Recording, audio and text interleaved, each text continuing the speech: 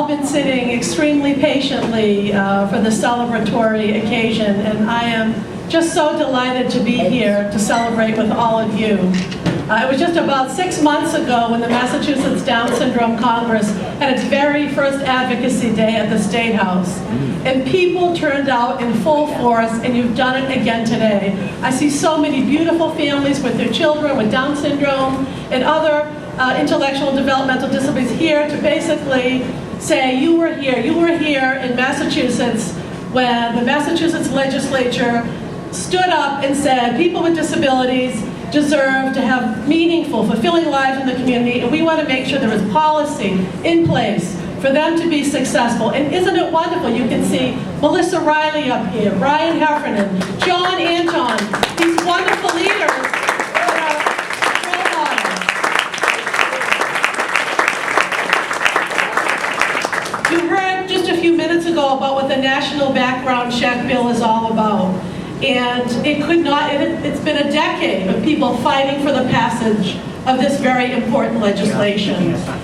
We are trying to make changes so that people with Down syndrome and other intellectual and developmental disabilities can be in the community, can have meaningful employment, can live outside of the home. But we know that sometimes puts them in harm's way. And until now, there's been a gaping loophole in Massachusetts where people who come to work in Massachusetts, we're in Massachusetts, New England, we know people who come back and forth every day from New Hampshire, Vermont, Connecticut, Rhode Island, to work here in our wonderful Commonwealth. But up until now, there has been no protection for people who perhaps had done crimes of violence or abuse in the past in other states. They could come here, and there was no way for us to have them on our radar. And I'm proud to say over the past couple of years, a strong advocacy coalition developed to recraft the legislation because we wanted to get it right. And we were able to bring together the ARC of Massachusetts, the Mass Developmental Disabilities Council, the Disabled Person Protection Commission, and so many others, the State Police Commission Officers Association. I don't want to miss anybody. Mass Advocates Standing Strong, the Disability Law Center. You guys have been sat in meetings after meetings to figure out how we could get it done.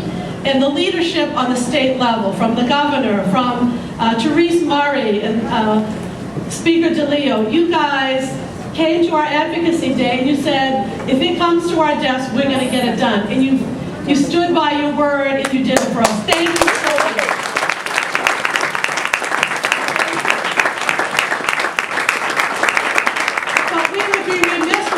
Talking about some of our other partners in state government who are here today, who worked really, really in partnership with us to figure out how are they going to implement this if it would come to fruition.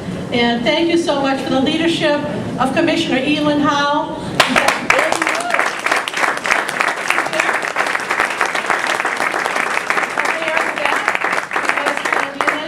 And her wonderful person, Victor Hernandez, who couldn't be here today. They worked hand in hand with us.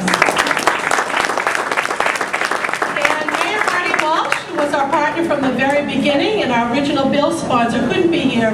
But he gave us some words of wisdom and said, you need to work with the Executive Office of Public Safety and Security. And they were tremendously helpful in making sure that the bill matched all the FBI regulations and other things that had to be in place in order for this bill to be implemented.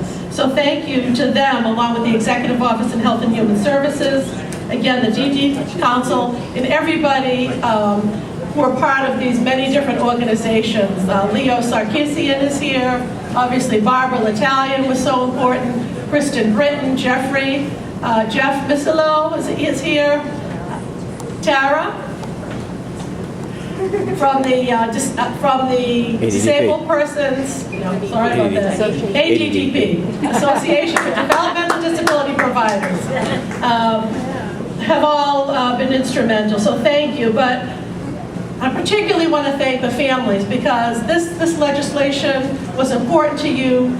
You are here today to confirm that you wanted to see this happen and to celebrate with us. And I want to close with a quote from a wonderful family member. I haven't seen him yet today, but I think he's here. Paul Willenbrock, who is on the Government Affairs, there he is, on the Government Affairs Committee quote that really resonated with me. He said, with the governor's signature, adults with developmental disabilities and their parents, guardians, or loved ones will be able to sleep more comfortably with a smile on their faces, knowing that important, vulnerable adults are safer from abuse. So thank you, Paul. Thank you, everyone, for your tireless efforts. And congratulations.